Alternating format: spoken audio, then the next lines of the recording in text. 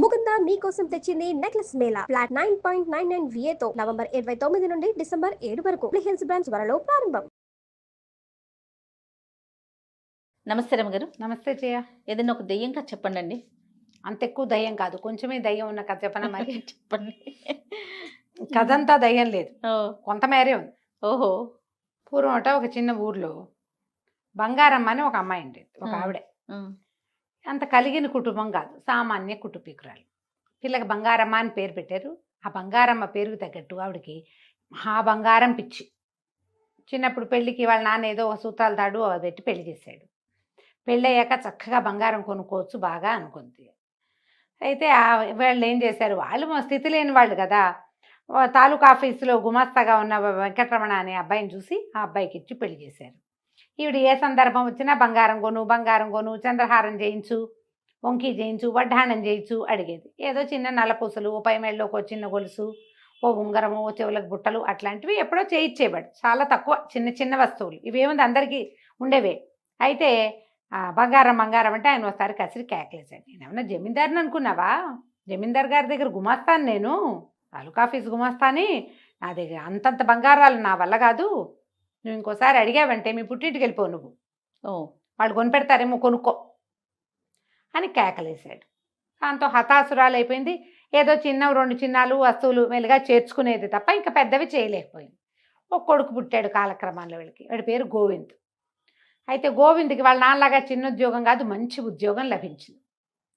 లభించేసరికల్లా ఈ లోపల ఏమైంది, వాళ్ళ పక్కింట్లో ఎవరిదో పెళ్ళి అయితే పిల్లాడికి బోల్డ్ కట్నం ఇచ్చారు. బోల్డ్ కట్నం ఇస్తే వాళ్ళు ఏదో పొలం కొనుక్కున్నారు ఆ కట్నం డబ్బుతోటి.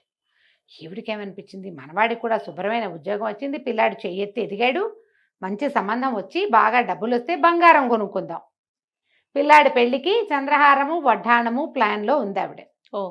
సరే ఏదో సంబంధాలు వస్తున్నాయి ఒకటి ఎర్ర. ఈ లోపల ఈ గోవింద్ ఏం చేశాడు, వాడి స్నేహితుడు పై ఊళ్ళో ప్రకాశం అని ఒకడు పెళ్లి చేసుకుంటుంటే ఆ పెళ్ళికి వెళ్ళాడు. ఆ రోజుల్లో పెళ్ళంటే ఇప్పట్లాగా ఊరికే మొహం చూపించి భోజనం చేసి వచ్చే పెళ్ళిళ్ళు కాదుగా, 4 రోజులు వెళ్ళాలి. అక్కడ 3 రోజులు ఉండి వచ్చాడు. ఈ 3 రోజుల్లో ఏమైంది, ఈ అబ్బాయి వెళ్ళి దిగంగానే ఆ పెళ్లి కూతురి బాబాయ్ కూతురు, మేనమావ కూతురు, ఇంకో పిల్ల కమల, చక్కటి పిల్ల, ఎంత చక్కగా ఉందో, చేసుకుంటే ఇట్లాంటి పిల్లనే చేసుకోవాలని భావించాడు. పెళ్ళికి 3 రోజుల ముందే వెళ్ళాడు ఈ అబ్బాయి. పెళ్ళైన మరుసటి రోజు వచ్చేద్దామనుకున్నాడు. ఈ 3 రోజులు 1-2 రోజుల్లో ఈ పిల్ల వెనకాల తిరగటం మొదలుపెట్టాడు. పిల్ల చాలా చక్కటిది, చక్కగా వినయం వందనం ఉన్నాయి, మంచి పనిమంతురాలు. చూస్తే ఆ ప్రకాశాన్ని అడిగితే ఏమన్నాడు, వీళ్ళు చాలా పేదవాళ్ళు రా, వాళ్ళ దగ్గర ఏమీ లేదు, పేదవాళ్ళు, వాళ్ళని మీకేమీ కట్టం కానుకెళ్ళి, కట్టం కానుకేందుకు ఇంత చక్కటి పిల్ల ఉంటే శుభ్రంగా పనిచేస్తోంది. ఆ రోజుల్లో పిల్లలకి చదువులు ఉద్యోగాలు ఆలోచనలు ఉండేవి కాదు కదా. వంట చేయటం, చక్కగా ఇంటి పని చూసుకోవటం, గుడ్డు గోదా అంటే మొక్కమోడు మొగ్గుడు కదా, పిల్ల మేక వీటిని చూసుకోవటం వచ్చి లక్షణంగా ఉంటే చాలు. సంపాదనల ఆలోచనలు అసలు లేనే లేవు. మన కాలంలో కూడా తక్కువే, ఇప్పుడు కదా వచ్చినాయి అవన్నీ. సరే ఏమైంది, ఆ పిల్ల తండ్రితోటి మీ అమ్మాయిని నాకు ఇచ్చి పెళ్లి చేయండి అంటే, నాయన పెళ్లి ఖర్చులు కూడా పెట్టుకోలేము మేము, మా వల్ల కాదు, మరి ఎట్లా పెళ్లి చేయాలో కూడా తెలియట్లేదంటే, పోనీ వీడి పెళ్లితో పాటే నా పెళ్లి కూడా చేసేయండి, ఇక్కడే నేను కూడా పెళ్లి చేసుకుంటానని ఆ ప్రకాశాన్ని ఒప్పించాడు. ఆ ప్రకాశం వాళ్ళది కలిగిన కుటుంబం. వాళ్ళు ఏమన్నారు, సరే పిల్ల నచ్చింది, ముహూర్తం మంచిది, ఎవరికైనా పెళ్లి చేసుకోవచ్చు, ఏముంది ఇంకో 2 పీటలు ఇస్తే అదే పురోహితుడు అదే మంత్రం చదువుతాడు, అదే భోజనాలతో సరిపోతుంది అని చెప్పి ఆ ప్రకాశం వాళ్ళ మావగారు తమ కజిన్ బ్రదర్ అయిన ఈ కమల వాళ్ళ నాన్నతోటి ఒప్పించేసి పెళ్లి చేసేసాడు. పెళ్లి చేసుకుని చక్కగా మర్నాడు కొత్త భార్యని అతని మామని వెంబడి పెట్టుకొచ్చాడు గోవింద్. తల్లి చూసి నిర్కాంతపోయింది. లోపలికి వచ్చాడు, అమ్మ ఇదిగోనే నీ కోడలు, సమయం లేదు, ముహూర్తం మంచిది, నా నక్షత్రానికి కూడా సూట్ అవుతుందని చెప్పారని పెళ్లి చేసుకొచ్చాను, ఇదిగో వీళ్ళ అమ్మా నాన్న అన్నాడు. సామాన్యమైన బట్టల్లో పసుపు తాడు నల్లపూసలు తెప్పిస్తే ఏమీ లేని పిల్ల తల్లి కళకళ్ళాడుతోంది, కానీ మెళ్ళో చిన్నమంత బంగారం కూడా లేని పెళ్లి కూతుర్ని చూసేసరికల్లా నిర్ఘాంతపోయింది బంగారమ్మ. ఎవరెవరా పెళ్లి చేసుకోవటం ఏమిటి, ఓ కట్నం కానుక మంచి చెడు లేకుండా హాత్తేరి అని తిట్టింది. తిట్టేసరికల్లా అత్తయ్య దండం పెడుతుంటే, ఎవతే నీకు అత్త పో బయటికి అంది కోడల్ని. వాళ్ళేమో అలాగా, అక్కయ్య గారు పిల్ల నచ్చింది మీ వాడికి, నేను కూడా అంత స్థితిమంతుణ్ణి కాను, ముహూర్తం బాగుందని కన్యాదానం చేసేసాము, మమ్మల్ని క్షమించండి అని వాళ్ళు అంటుంటే, ఎవరిని అక్కయ్య గారు పో బయటికి అని వాళ్ళని తిట్టింది. వాళ్ళ అమ్మా నాన్నని తిట్టింది, పిల్లని తిట్టింది.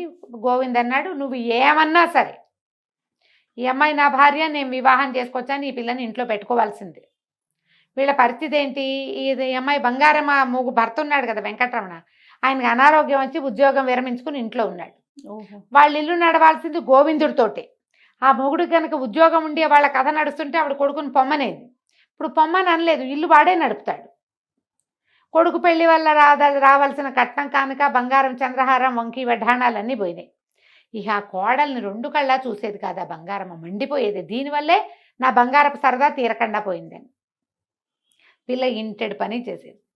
ఇవిడేం చేసేది, పని మనిషిని మానిపించేసింది.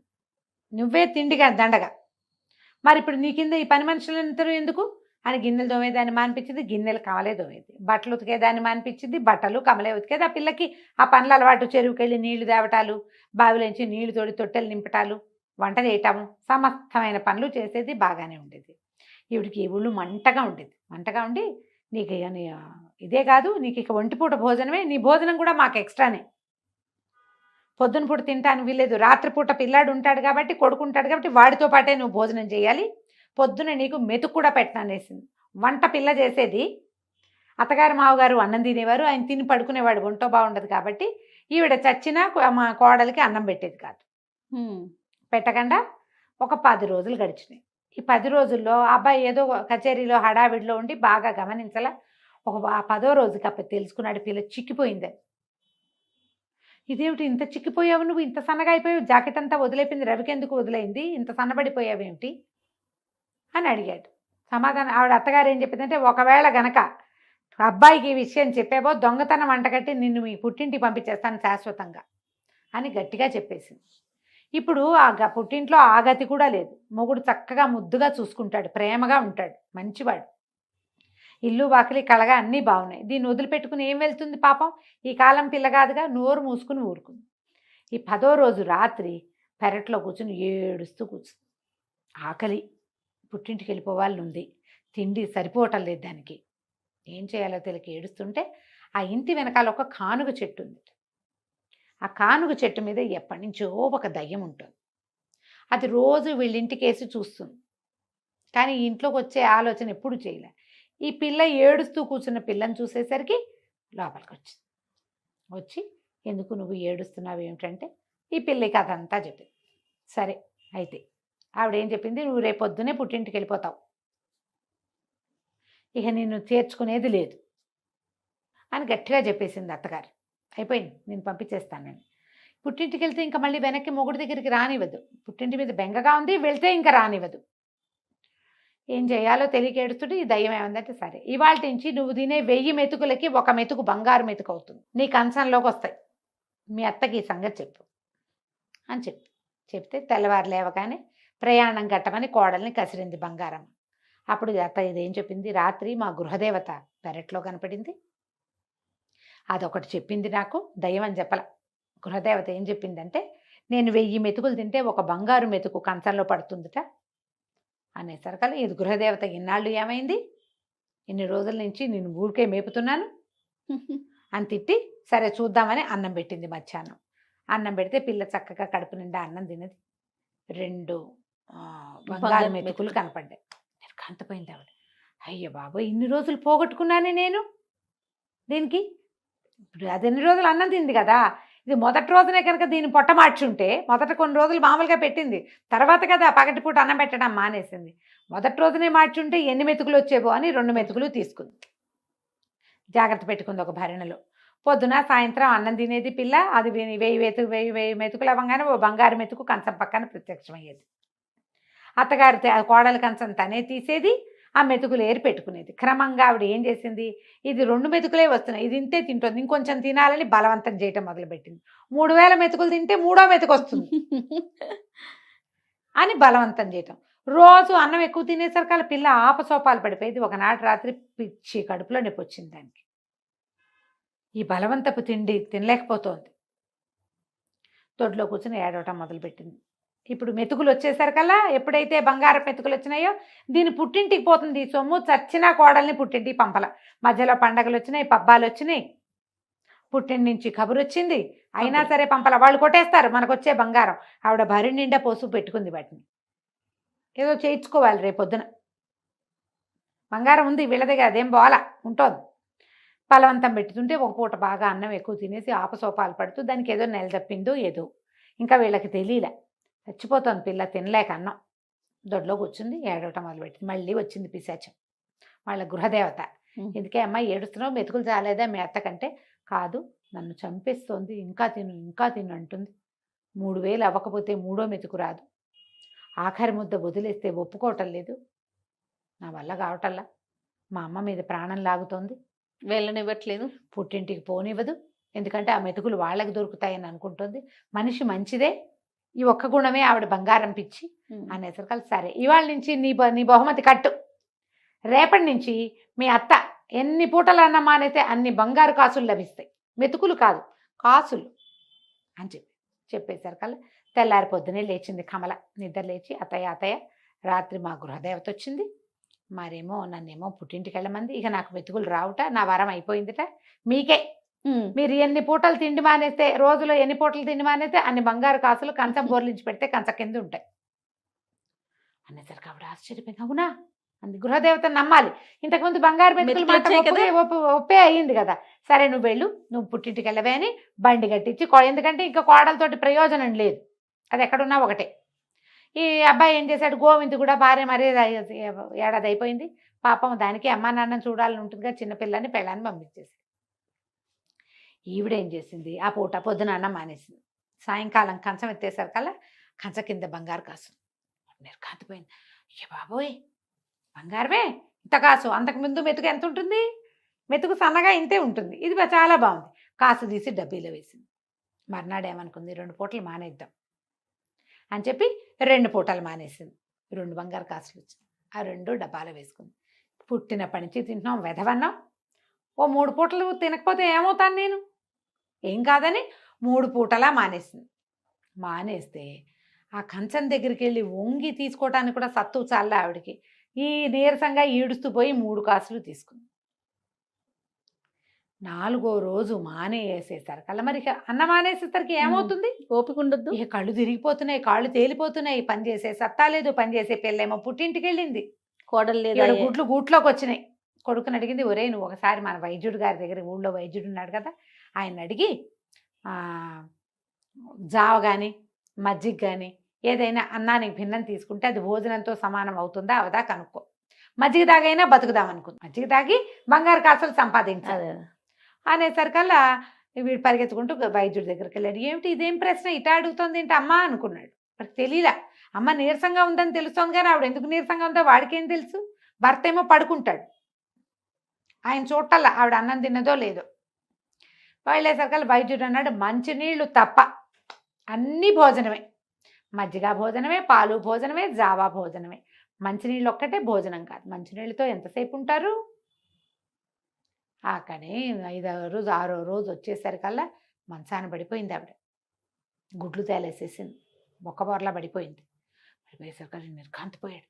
ఏమిటి అమ్మ ఇట అయిపోయిందని గబగబా తండ్రిని లేపి, నానా అమ్మని చూసుకో, ఒక మాట నేను వెళ్ళి వైద్యుడిని కేకేసుకొస్తానని. ఈ లోపల పక్కింటి పిల్లాడు ఎవడో ఉంటే, ఒరే నాయన ఎడ్ల బండి ఏదైనా వెళ్తుంటే చూసి ఆగమేఘాల మీద మా అత్తారింటికి వెళ్ళి మా ఆవిడ్ని తీసుకురా, మా అమ్మకి ఏదో అయిపోయింది, కళ్ళు తిరిగి పడిపోయింది అని కబురు చేశాడు. కబురు చేసి వైద్యుడి దగ్గరికి వెళ్ళాడు. వైద్యుడికి ఏమో అంతుపడుతుంది, ఇంత పిచ్చ నీరసం ఈవిడికి ఎందుకు వచ్చిందో వైద్యుడికి తెలియలా.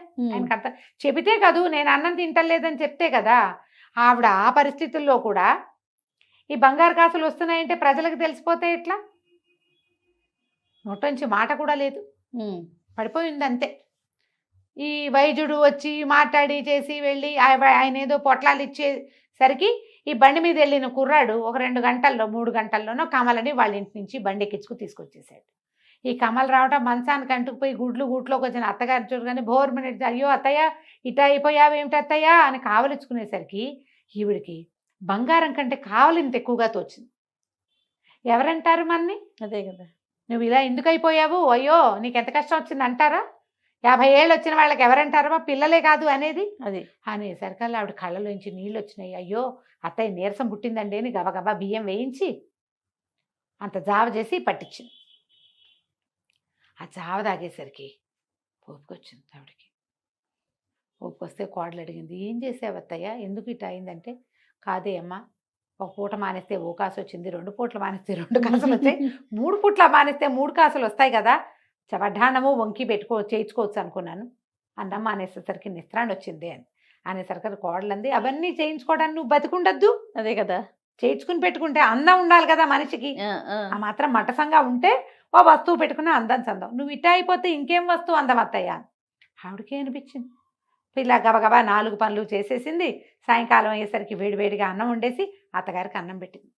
కాసులు లేవు, ఏం లేవు. ఆవిడకి అనిపించింది, అన్నం కదా మనకు కావాల్సింది, వెధవ బంగారం, ఎప్పుడో ఒక్కసారి ఒక పేరెంటానికి పెట్టుకెళ్ళే వస్తువుల కోసం నిత్యం ఉండవలసిన అన్నాన్ని వదిలేసుకుని దీపంలా ఇంట్లో ఉండాల్సిన కోడల్ని నానా హింస పెట్టి నేనేం సాధించాను అనుకుని ఆ గృహదేవత ఎవరో ఆవిడకు దండం పెట్టి అప్పటి నుంచి ఈ పద్ధతి అంతా మానేసి ఆ మెతుకుల్ని ఆ కాసుల్ని అన్నీ కరిగించి కోడలికే వంకి వడ్డాణము చంద్రహారాలు చేయించి కళ్ళగా పెట్టి చూసి బాగుందమ్మా అని నోరు మూసుకుని ఊరుకుంది.